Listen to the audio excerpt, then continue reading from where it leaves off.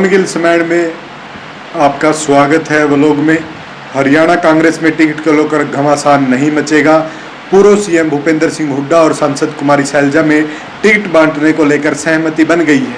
दोनों नेता इस बात पर राजी हो गए हैं कि वह एक दूसरे के करीबियों के टिकट आवंटन में कुछ नहीं बोलेंगे। बताया जा रहा है कि हुड्डा को अधिक सीट देने पर शैलजा राजी हो गई है। वहीं हुड्डा भी शैलजा को 35 से 40 सीटें देने पर राजी हो गए हैं। बाकी सीटों पर हुड्डा अपने हिसाब से मजबूत कैंडिडेट को टिकट देंगे। दोनों नेताओं की दिल्ली में बैठक हो चुकी है। अब दोनों नेता एक दूसरे को अपनी अपनी पसंद की सीटों की लिस्ट शेयर करने वाले हैं। इसको लेकर हुड्डा और शैलजा दोनों के ही समर्थकों ने दिल्ली में डेरा डाल लिया है। वहीं शैलजा ने कहा कि मैं विधानसभा चुनाव भी लड़ना चाहती हूं, लेकिन इसका फैसला भी पार्टी हाईकमान को करना है। कांग्रेस की जीत की संभावना में गुटबाजी के भारी पड़ने से जुड़े सवाल पर शैलजा ने कहा कि जब चुनाव आते हैं तो हर कोई एक कांग्रेस शिविर के रूप में मिलकर काम करता है।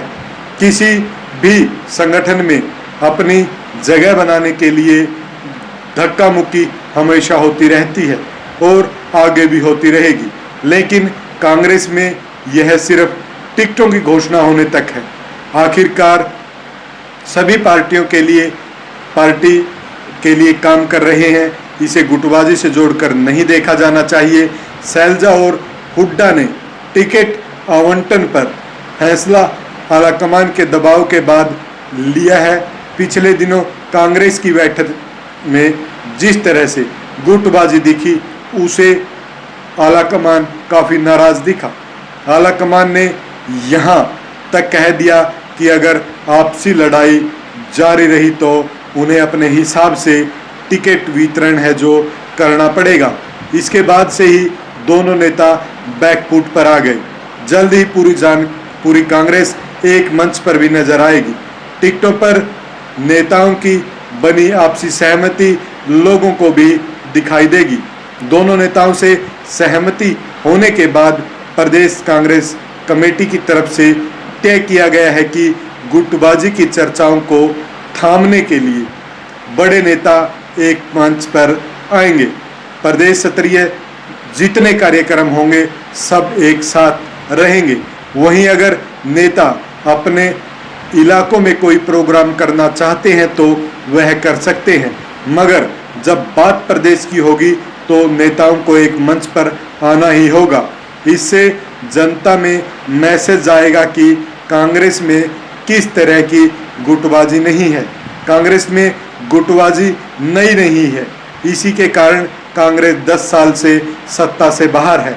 आज तक कांग्रेस का संगठन नहीं बना। हरियाणा की 90 विधानसभा में से कांग्रेस 46 सीटें करीब 10 साल से नहीं जीती है। ऐसे में कांग्रेस आगामी चुनाव में इन सीटों पर फोकस कर रही है। आपको बता दें, पानीपत, अंबाला, करनाल, फतेहाबाद, हिसार, भिवानी, महेंद्रगढ़, रेवाड़ी, गुरुग्राम और फरीदाबाद जिलों पर कांग्रेस ज़्यादा ध्यान दे रही है। कांग्रेस की 26 अगस्त से स्क्रीनिंग कमेटी की बैठक शुरू हो रही है। यह बैठक 4 से 5 दिन तक चलेगी। वहीं दिल्ली में इससे पहले अलग अलग बैठकों का दौर हरियाणा विधानसभा चुनाव को लेकर शुरू हो गया है।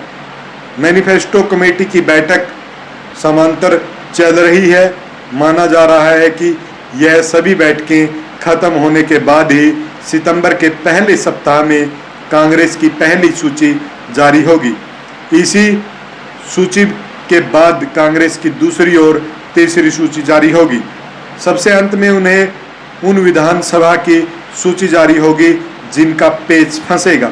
आपको छोटी सी अपडेट कैसी लगी? लाइक, शेयर, कमेंट और हमारे इस चैनल को सब्सक्राइब करने के साथ साथ बेल आइकन जरूर दबा दें।